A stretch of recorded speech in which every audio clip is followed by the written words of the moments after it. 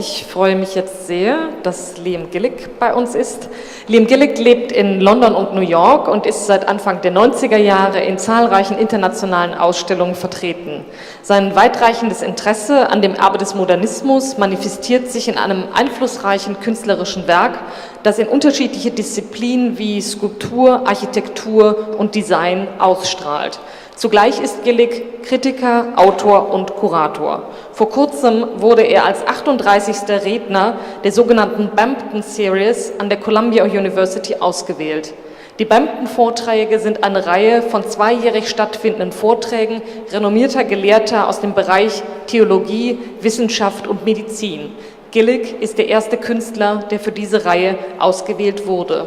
Im Rahmen der Vorträge hat Gillick 4 Vorlesungen mit dem Titel Creative Disruption in the Age of Soft Revolutions gehalten. In diesen entwickelt er eine Genealogie der modernen Ära, die eine revidierte Betrachtung der Entstehung der zeitgenössischen Kunst und ihre Analyse erprobt. Gillicks neuere Essays über das Kunstwerk, die Abstraktion und das Zeitgenössische haben in ähnlicher Weise die Effekte untersucht, welche bestimmte Momente auf die zeitgenössische Kunst hatten und schlagen nichts weniger als eine neue Art der Annäherung sowohl an die subjektiven als auch dokumentarischen Stränge in der Kunst vor. Wir hören jetzt den Vortrag Nummer 4, 1974, Volvo and the Mise en Scène. Dieser nimmt das Jahr 1974 als konzisen Punkt einer linearen verlaufenden Geschichte, in der sich scheinbar marginale, retrospektiv jedoch überaus signifikante Veränderungen eingeschrieben haben. 1974 markiert die Erfindung des Barcodes und des Taschenrechners, des Volvo 240 und enormer Umbrüche innerhalb der westlichen industriellen Gesellschaft. The lecture will be in English. Thank you very much, Liam, for joining the WWTBD Festival today. You'll be on stage tomorrow again, but tonight we are really looking forward to this lecture. Thank you very much. Enjoy.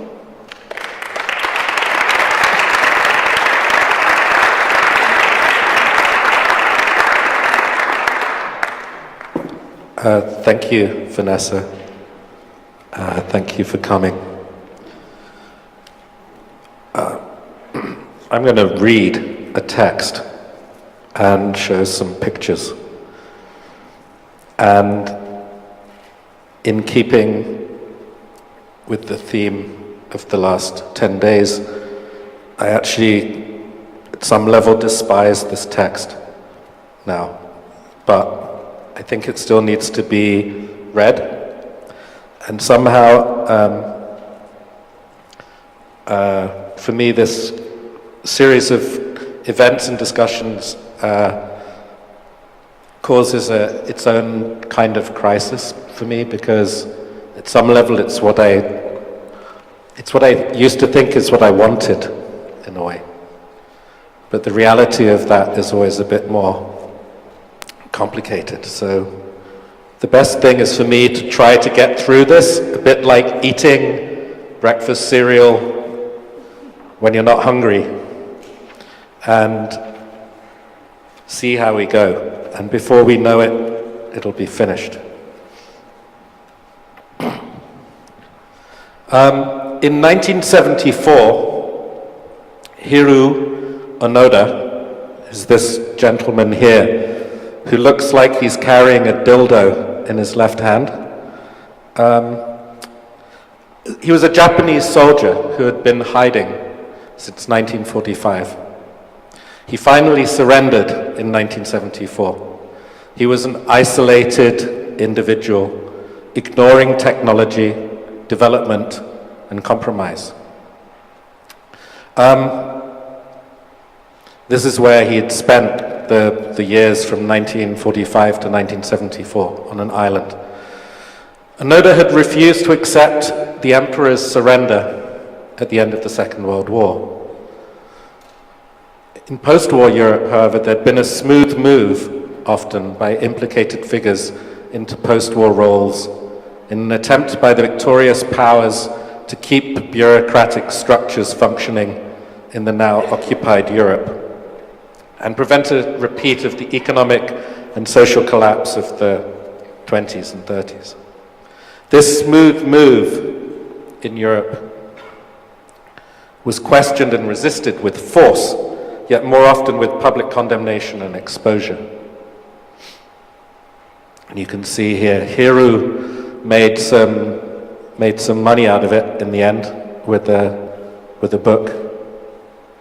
And in fact, it looks like his years on the island were not terrible for his complexion or his aging at some level.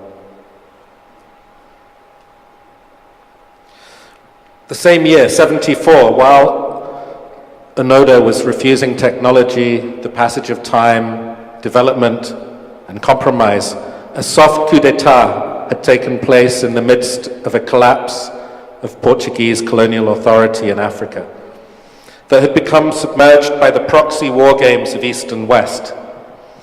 Onoda's refusal to believe the war was over was not entirely incorrect. His resistance mirrored a standoff that would become global and permanent. The Portuguese Revolution, however, was a soft revolution from the inside out. Long-haired soldiers appropriately used the sentimental Portuguese country ballad Grandola Vila Morena as a signal to action. In a way, like with Onoda, 1974 was the year it was time to give up and go home.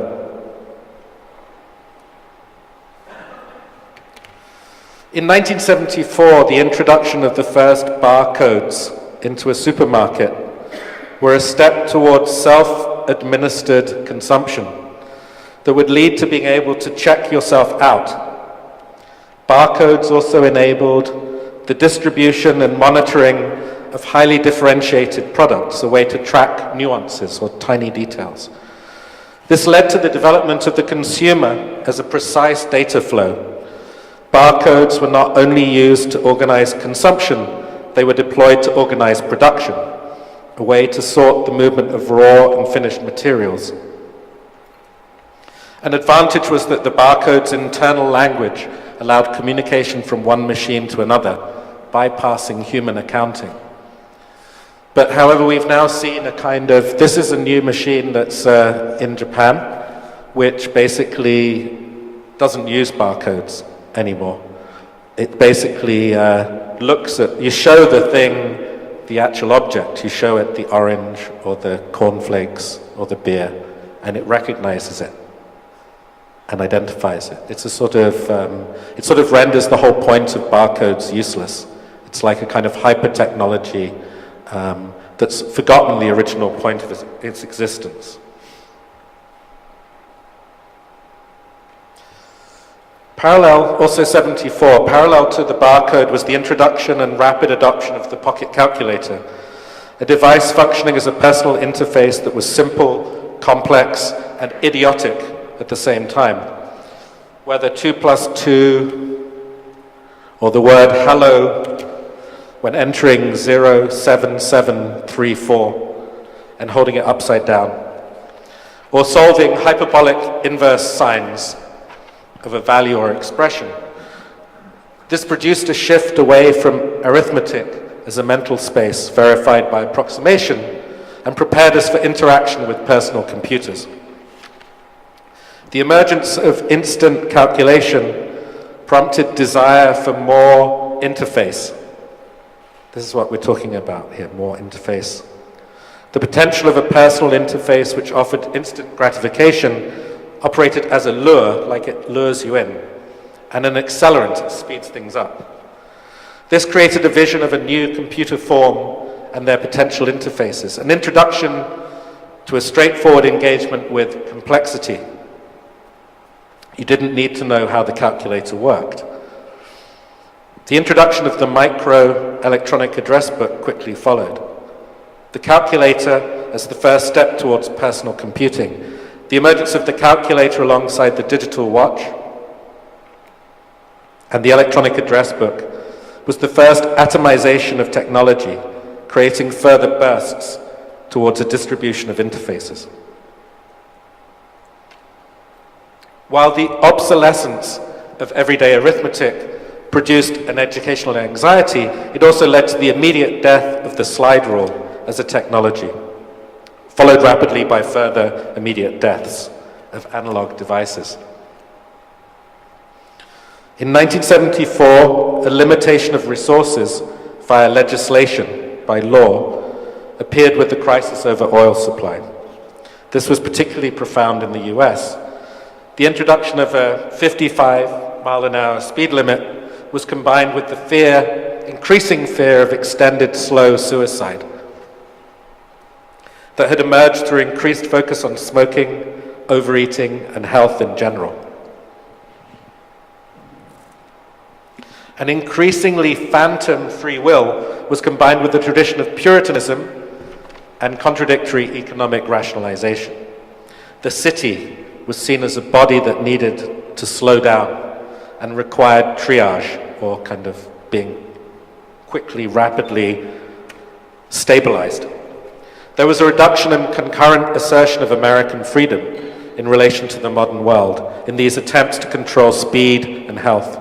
Anxiety was expressed economically, forcing people to take control of their own bodies as economic entities in context.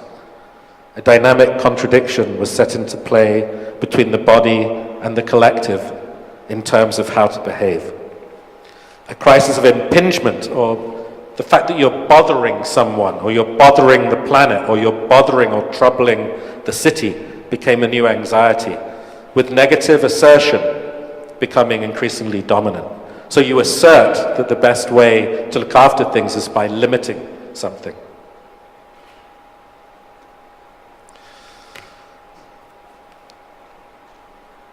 Government imposition of a limited industrial working week in Britain in 1974 confused the traditional industrial battle over time. What was quickly named the 3-day week was imposed on the industrial workforce by the government as a way to limit production in light of the politically generated energy crisis and production battles between the government and the unions.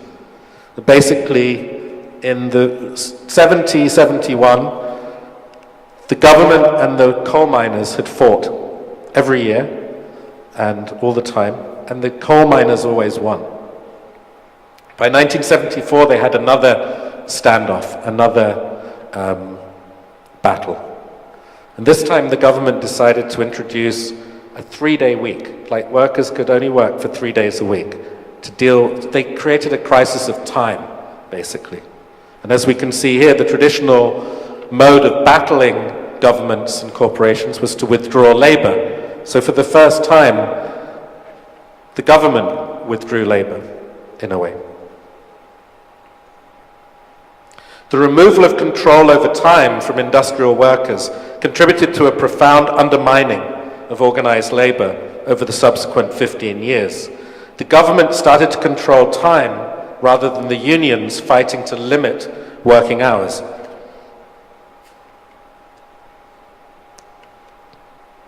That's what I did, basically.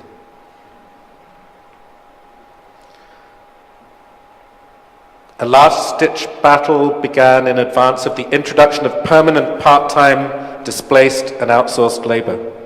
All of this was confused by the accelerating use and abuse of former European colonial subjects by bringing them to their various mother countries and deploying them as a marginalized workforce, just in advance of long-term redundancy.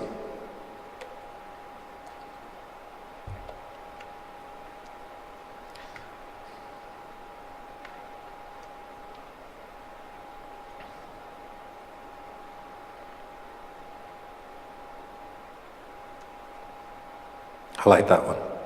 The perfume smells nice, but the money stinks.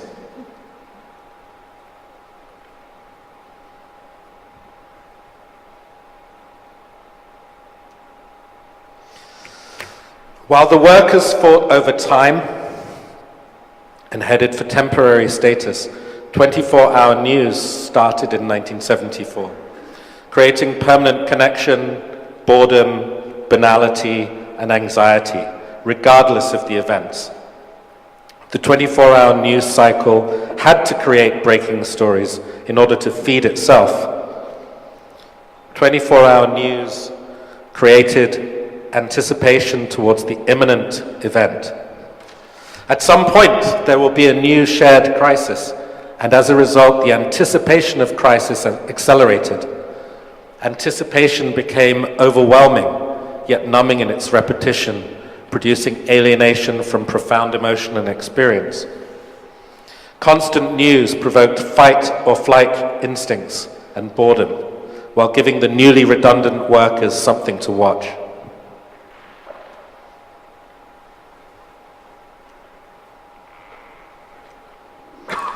Of course, there's always an upside to things.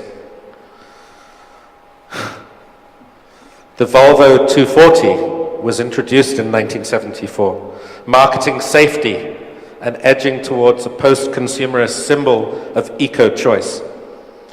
Notwithstanding the former attractions of cars, which were style, performance, and newness, the post-consumer started to make choices that were part of the contradictions of eco-consciousness.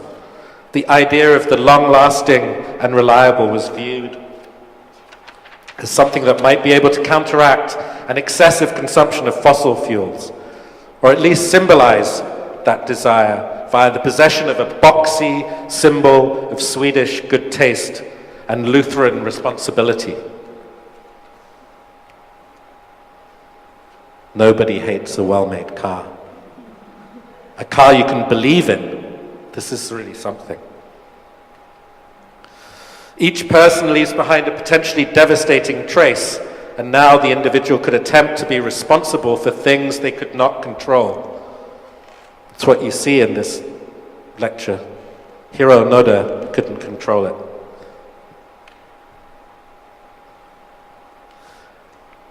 Despite attempts to the contrary, Hiro Onoda could not control war by refusing to surrender. Despite control of the army, the Portuguese government could not prevent its own soldiers from their soft revolution. The barcode led towards self-consumption. The consumer had become individual. The pocket calculator pointed towards the interface, a simple personal interface with technology that now exceeded the speed of the human brain. The slide rule had revealed contextual answers. It had demonstrated potentials on either side of a result.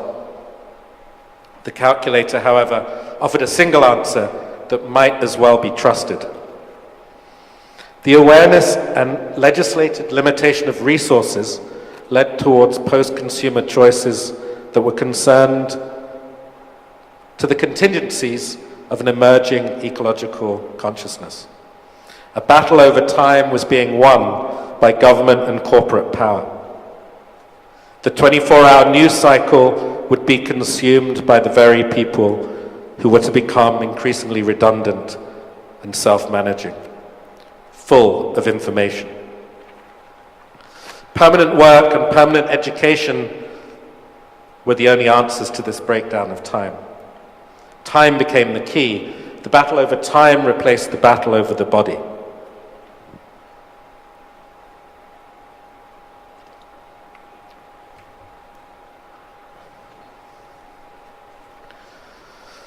There are a number of key bounding ideas that can be said to emerge in 1974 and point forward to a set of concepts that might help understand the position of the contemporary artist.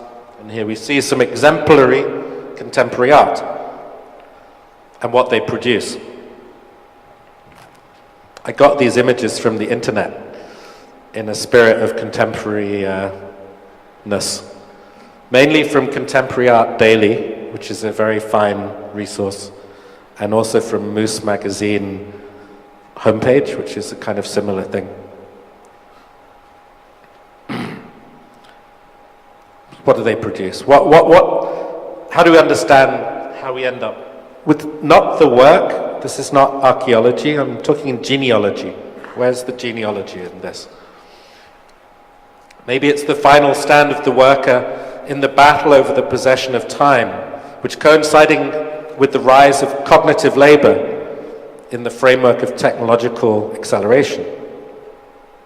The introduction of robot control in complex industrial production happened by 1978 with the Fiat Strada or Fiat Ritmo in Italy. This level of sophisticated automation required a new form of cognitive labor, capable of programming both the machines and the context of redundancy to come. So what I may be suggesting is this, or even this, is exemplary of what happens when you have the development of art really as a form of a kind of resistance and embodiment of, at the same time, forms of cognitive labor, labor of the mind, that's capable of programming both the machine or the institution or the framework of the art context and the context of its own redundancy.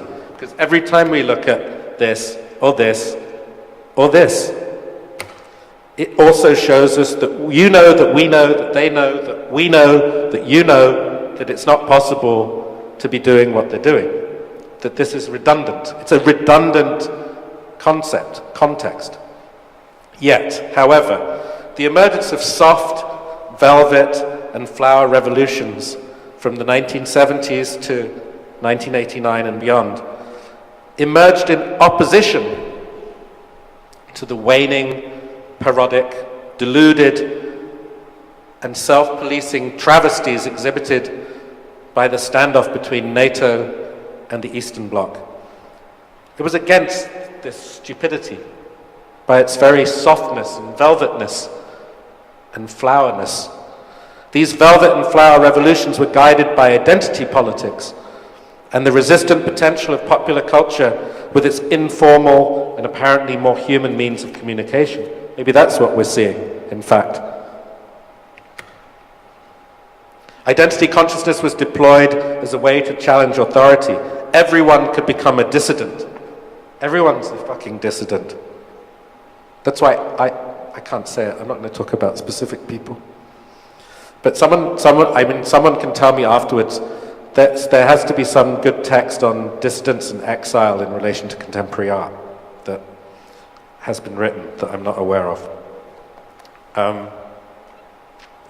Common ground could be found through individual readings of popular culture, and resistance could be created through indirect posturing. Maybe that's what we're seeing, indirect posturing. When Philippe Perreno puts a cinema marquee above the entrance of the Guggenheim, it's indirect posturing. A set of resistant positions was accentuated by non-conformist appearances and recognitions that produced a flowering of desire. By 1974, there was a consolidation of youth markets. That has something to do with it. First-generation youth markets had started to feed off themselves. We began to see the emergence of pseudo-sports. I'm thinking of BMX, skateboarding. I'm old enough to have been the first generation of pseudo-sport people. For the annihilation of time, and that's what was most provocative, is it appeared to people who'd come from earlier youth movements that you were annihilating time, which was an irresponsible activity. And it was also an expression of subjective testing, which is maybe what these things are too. An expression just of subjective testing for the annihilation of time. Skateboarding, riding tiny bikes, learning tricks to demonstrate the mastery of the body over a specialized, commodified pursuit. Former tribal youth battles became cross-generational, confused and compressed, producing a breakdown of unity and confrontation. The fragmentation of experience was emphasized in the emergence of the mixtape, the creation of infinite contexts for personal narrative. Right? This was the origin of the curating of nostalgia and of the every moment. Alongside such humanist resistance, the deployment of technology accelerated. Maybe we're seeing a reaction to that. Every year, future tools arrived, but became less and less remarkable. In the early 1970s, there were still television programs about the technology of the near future, but in a catastrophic way that talked about absolute transformation. But as these various tools and technologies actually appeared, personal computers, mobile phones, and television boxes made of shitty plastic casting the incremental nature, the gradual nature of their arrival, and the feeling that these were less than remarkable surplus tools, created a diminished relationship to the idea of the future. Maybe that's what we're seeing here, a diminished or lessened relationship to the future. A capitalized, contingent, provisional vision. The future was no longer a place where objects and devices could change society via their liberatory potential. It became very clear, very quickly, as predicted, that these objects would become a trap. Not even playing out a poorly articulated science fiction dystopia, but in fact, all these technologies were a Radio Shack throwaway disappointment that would require more effort to use than they could offer, until the next development was released to great anticipation. As technologies were refined, a crisis of human interaction and knowledge production would take place. So maybe that's what we're seeing, a crisis of human interaction and knowledge production. While it's true that these devices would become fetish objects, and I decided today to buy a second phone so I could have two phones, because it'd be better somehow. Simultaneously, they would control time and become a key component of self-management. Now, what's crucial here, though, is the introduction of future tools operated in tandem or alongside the arrival of permanent neoliberal crisis and the oppressive cycle of neoliberal logic. The capitulation or the giving up of the left seemed on the horizon. There would now be permanent belt-tightening and former anxieties about asset stripping, which no one really talks about anymore. It's a very British term, maybe. The taking over of companies. Asset stripping was what Britain was very good at in the 50s and 60s. It was the original, it was the more kind of localized form of, it's like the incest version of neoliberalism, right? Where you take over companies and shut them down while making people redundant. And you move from industry, therefore, towards abstract capital. But you do it within your own neighborhood. Abstract capital became the new site of asset stripping, however. Abstraction eviscerating, chewing on the face of abstraction. Asset stripping operating in advance of reduced control. This is my argument. Asset stripping existed before the classic, everyone thinks that Margaret Thatcher and Ronald Reagan removed all the controls and then everything went to shit.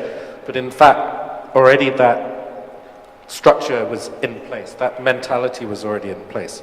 Asset stripping. Maybe that's what everyone's doing. Maybe these exemplary contemporary art forms are just asset stripping.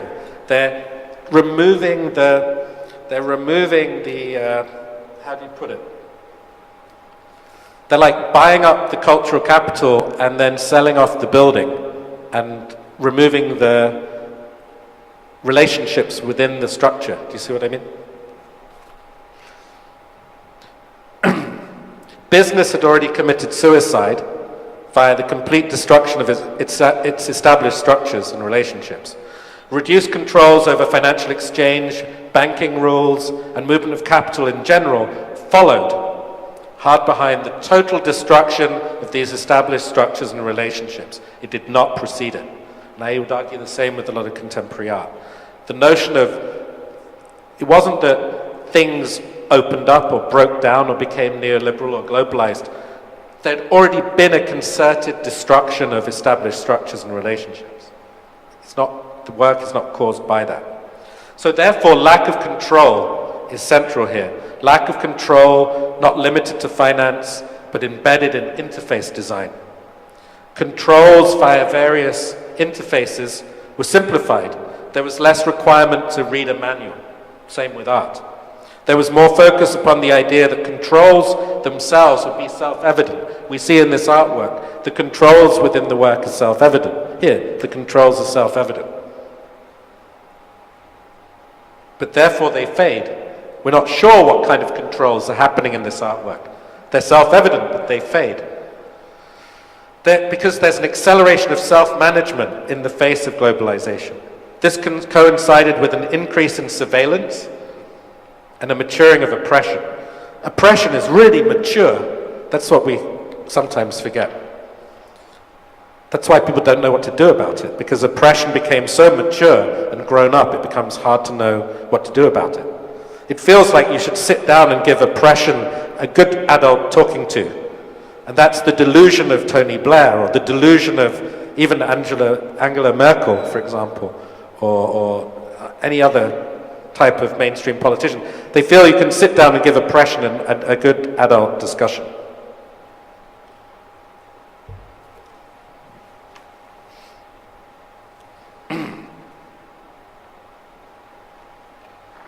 The interface bypassed complexity.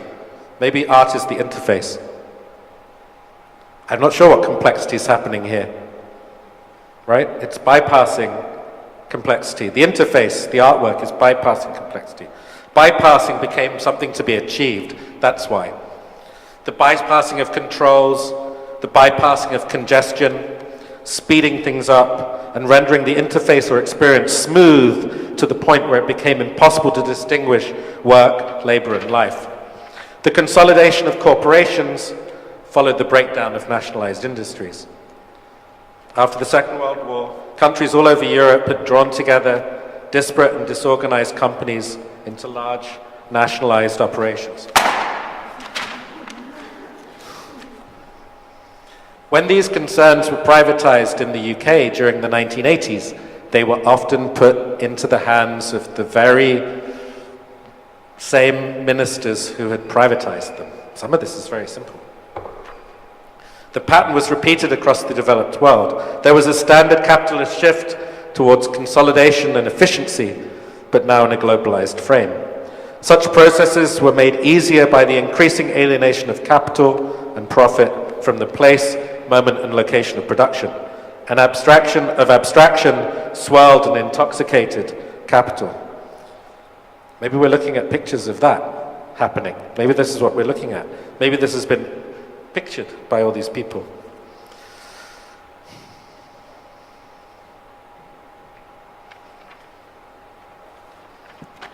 So everything was connected to battles over work, life, and labor. The logic of soft revolutions involved new relationships to consumption.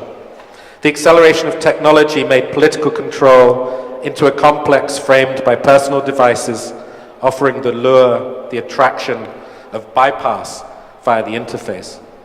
Bypassing became a desire. Attempts to break down control created a permanent neoliberal crisis. Asset stripping had already set everyone up for a final deregulation of capital. Business had already committed suicide in its rapid desire to break itself down in pursuit of shareholder value.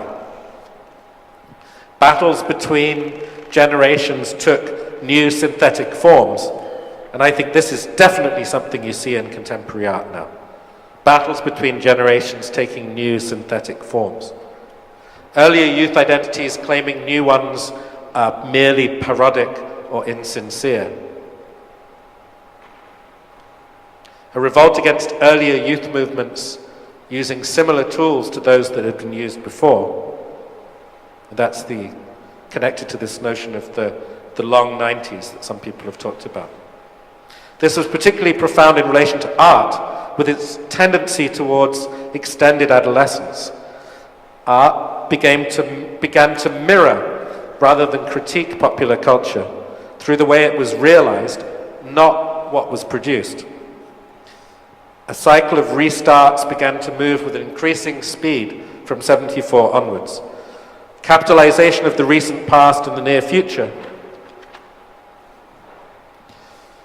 So we're getting near the end. That's good. So what are the application effects that point forward from 1974? Like, how was this applied? How are these phenomena of control, of exit, of giving up and going home, of checking yourself out, of becoming individual, of youth movements fighting earlier youth movements, of people riding tiny bikes, of people testing their bodies against themselves? Well, you had forms of resistance, in a way, or attempts. Art as a pseudo-documentary became an extension of self-commentary.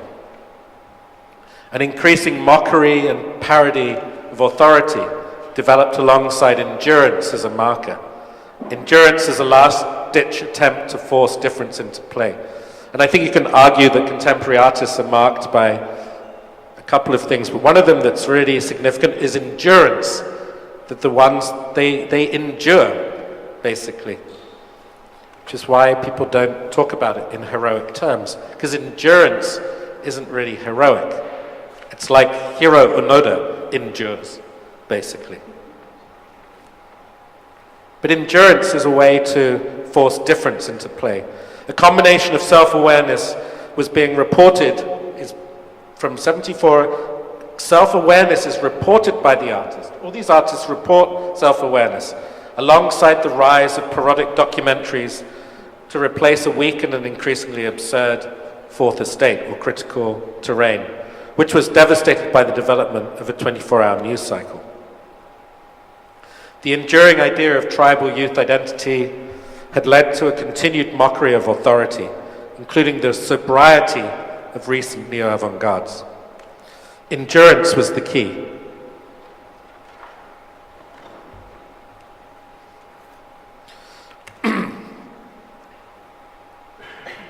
Endurance as an artist, endurance as a marker of something that stood in disinterested tension with earlier certainties and earlier modes of analysis. This filling up of a gallery with sand and the sense of how to move from the door of the gallery to the garden of the gallery is one of the most literal manifestations of this sense of endurance as a marker, a way to test for contemporary artness in a literal form. We saw the introduction of the voice of the artist as a self-commentator, as we do right now, initially accelerated through feminism and challenges to heteronormativity. It was necessary to provide explanations of difference. The work became a demonstration of difference. Everything we've looked at here is a demonstration of difference. It's not a new code. It's not a new structure. There's nothing new about the way this work is being enacted here. But it is a demonstration of difference and nuance and endurance. Work became a representation of outsideness and otherness. The voice of authority was replaced by a proliferation of voices, providing communication, explication, and the narration of self-awareness. This was combined with the rise of the super-subjective and the celebration, appreciation, and redirection of traditional means of expression. Craft became a marker of resistance and a celebration of historically marginalized activity. Design, the everyday introduced into the space of art, became an anti-hierarchical marker of the eviscerated present, bypassing the truth claims of earlier avant-garde groupings. That which had been excluded became that which is subjectively true. Posturing, like I'm doing and like he's doing, became important within the frame of collective protest. Playing up and parody as performance connected to the rise of the artist as an acritical presence within and outside of protest simultaneously. The artist danced around the edge of other people's certainty and demonstrated self-consciousness and affected distance in a super self-aware manner.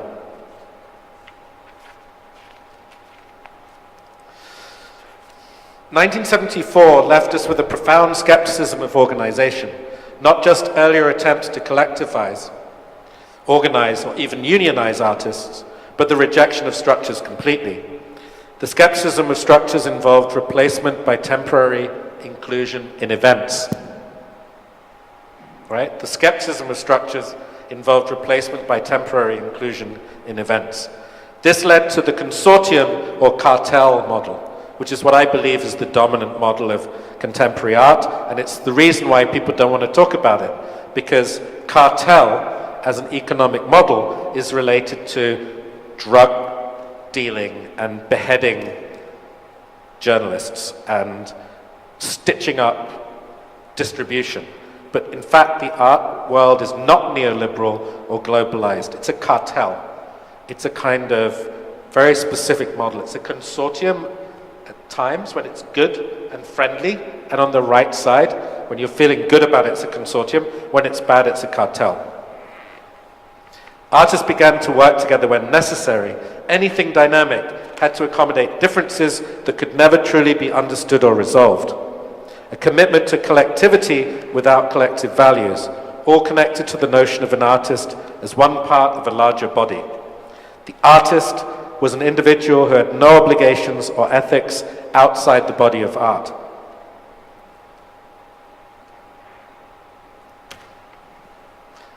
Within which, however, the body of art is a heightened and hyper-consciousness of ethics and obligations. Feelings of exclusion from the body and separateness from the contemporary produce the conditions for a contingent swarm. Contemporary art is in fact a contingent swarm, where on some level of the swarm, like a swarm of insects, you have the people working with on a direct, engaged political, social level, right? On a very direct campaigning interface. But you also have, within that, the people who feel they have no obligations or ethics outside the body of art. Within the swarm, the people on the edge of the swarm give them a kind of protection. Which is why certain activist methods don't seem to challenge people who are comfortably in the center of the swarm.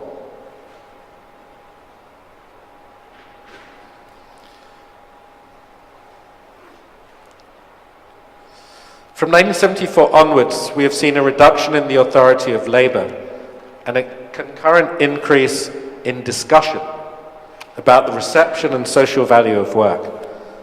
And this means that someone like me, who started thinking about art in the late 70s, has only existed within a time when there's been mainly discussion about the reception and social value of work.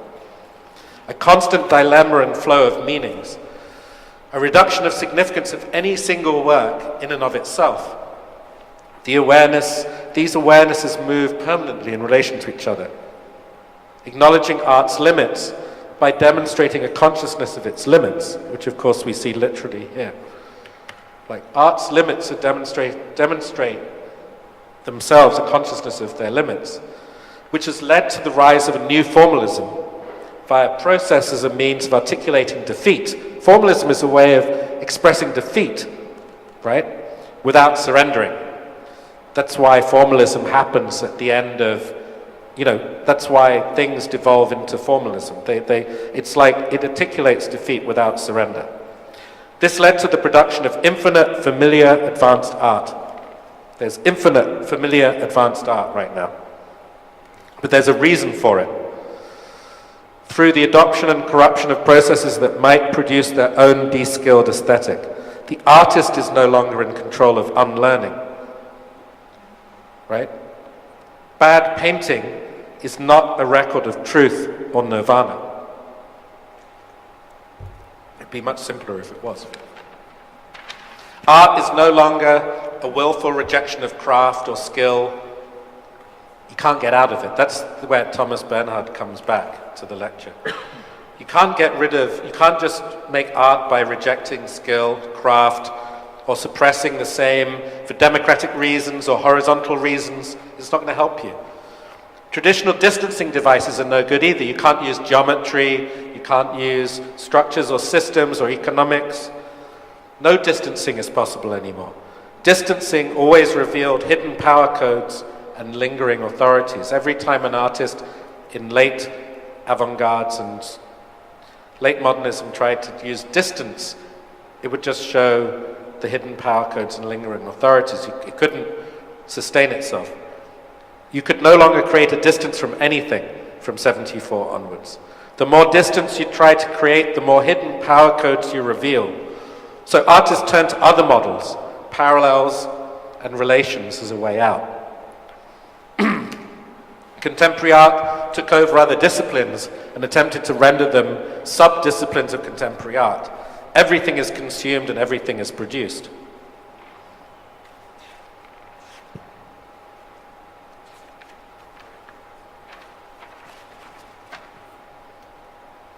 art at this point became a recognizable reflection of misreadings, critical, philosophical, and social. These misreadings define the artist's starting point. That's what we have to understand. From 74, art becomes a recognizable reflection of misreading, of critical, philosophical, and social misreadings, sometimes for dynamic political reasons. These misreadings define the artist's starting point, however, but they're also the artist's conclusions. Art became a compression and constant flipping of starting points and endgames, a constant exchange of misunderstandings, of what is an inference, what am I inferring by what I'm doing? What does this infer? Seems to be literally a picture of that. What is this inferring? A projection. Almost everything I've shown from this almost random selection of Contemporary Art Daily has involved projection at some level. A reflection, particularly a reiteration, I think we see here. And of course a recuperation, bringing a recuperation. By 74 there was also, importantly, a conception of contemporary art history. This generated stress that imploded inside contemporary art and rendered it closer and closer to its own legacy as a series of distracted self-awarenesses. Contemporary art history studies itself, yet often creates a battleground of the pseudo-ethical in place of anything else to describe. A series of misreadings are now layered onto a series of art practices and vice versa. This takes place in tension with the curator as a maker and co-producer. The super-aware curator is conscious of all other curators in the world. Finding out in itself has become curating. The contemporary curator, at their highest point, is in a permanent state of finding out things that no single artist can know, making connections that no single artist can make. Curators now connect artists who cannot link to each other.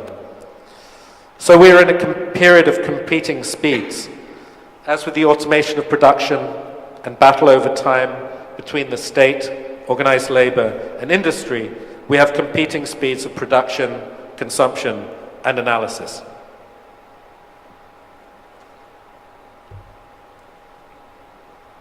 Considering curating, academic flow, and artistic production, curating is fast and everywhere. Academic flows are speeding up. Whereas artistic production functions at multiple contradictory speeds. Being contingently useful, so only occasionally useful, at points of convergence. It becomes useful only where it converges. So it moves in different speeds in different directions all the time. And there are these moments of convergence, which is why people find it difficult to make totalizing models of what's happening. All heading in different directions and looping back over each other. Three distinct tempos operate with multiple contradictory meandering trajectories. Nothing can be resolved, but there are moments of intersection. The fast and everywhere, the slow and distanced, and most importantly, the alone together, which meet each other at multiple points for fleeting moments towards flashes of comprehension. However, to finish, the curator, historian, and critic are super readers of positive critical presence within a disinterested frame. An ethical battle has replaced liberatory drive.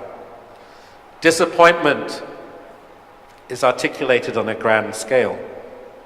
The desires of the curator, the historian, and the critic point towards something that they cannot imagine and they explain cannot be produced.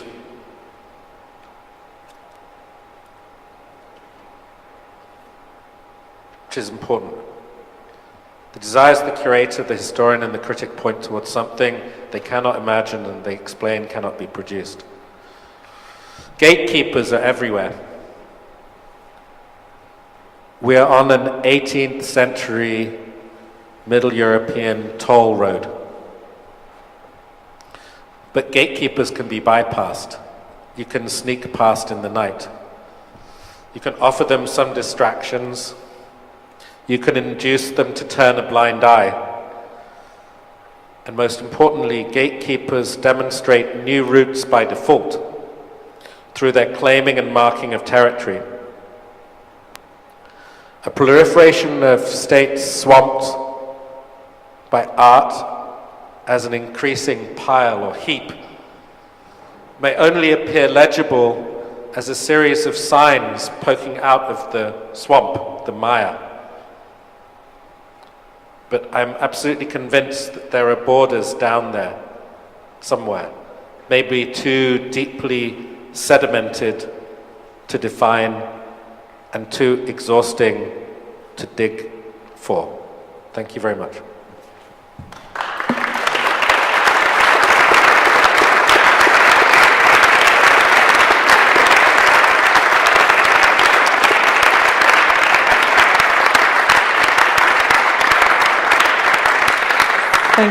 Thank you, Liam, for this brilliant lecture.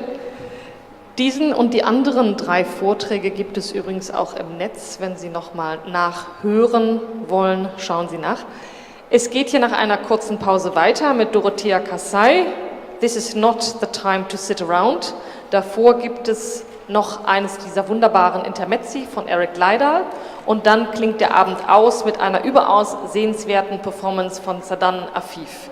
Ich wurde aufgefordert, die Fußballfans darüber zu informieren, dass es unten im Eingangsbereich einen Monitor gibt, wo sie das Fußballspiel sehen können, beziehungsweise wo sie vielleicht immer mal hinschleichen können, um sich über den aktuellen Stand zu informieren, sollten sie Fußballfans sein.